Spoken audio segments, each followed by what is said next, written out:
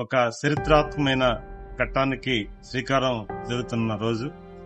గౌరవ ముఖ్యమంత్రి చంద్రబాబు నాయుడు గారు కృషితో, వారి విజనరీతో ఈ రోజు విజయనగరం పార్లమెంట్ పరిధిలో ఉన్న భోగాపురం ఇంటర్నేషనల్ ఎయిర్పోర్ట్ కి తొలి విమానంలో ప్రయాణం చేయడానికి గౌరవనీయులు కేంద్ర విమానయాన శాఖ మంత్రి కింజరాపు రామ్మోహన్ రెడ్డి గారితో పాటు నేను కూడా ఢిల్లీ ఎయిర్పోర్ట్ నుంచి విమానాల్లో ప్రయాణం చేయబోతున్నాం. చంద్రబాబు నాయుడు గారికి ఉన్న విజనరీకి నిదర్శనం. ఇంటర్నేషనల్ ఎయిర్పోర్ట్ నిర్మాణం జరిగితే ఏ రకంగా అభివృద్ధి జరుగుతుందో మనం చూస్తున్నాం. రేపు జూన్ తర్వాత ప్రపంచ పట్టణంలో కూడా భోగాపురం ఇంటర్నేషనల్ ఎయిర్పోర్ట్ కూడా వస్తుంది.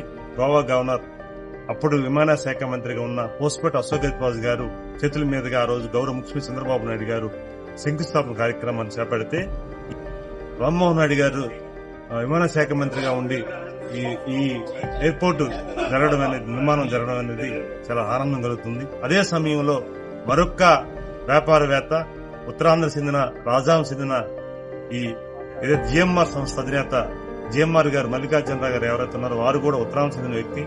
వారు ఈరోజు ఆ సంస్థ కూడా ఎయిర్పోర్ట్ నిర్మాణం చేయడం అనేది ఒక ప్రతిష్టాత్మకమైనది. అందుకే ఇప్పుడు కూడా ఏంటంటే ఒక పాజిటివ్ వేవ్ లో ఉన్న వ్యక్తులు ఆలోచనలు కూడా ఎలాగా ఉంటారన్నది నిదర్శనం.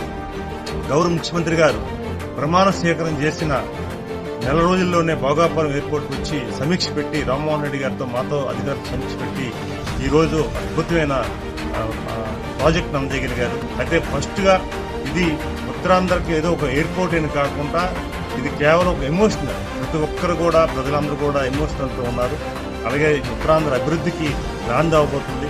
ఈరోజు విశాఖ, విజయనగరం, శ్రీకాకుళం ఉమ్మడి జిల్లాలో కూడా అద్భుతమైన అవకాశం వస్తుందని మీ ద్వారా మీకు తెలియజేస్తున్నాను.